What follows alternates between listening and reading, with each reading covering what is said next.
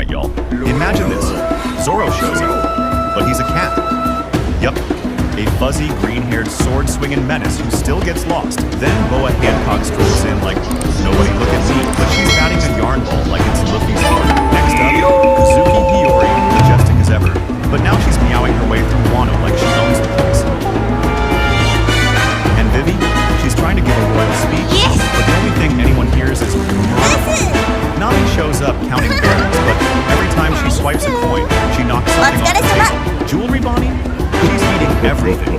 Cat treats, fish snacks, maybe even Sanji's salmon.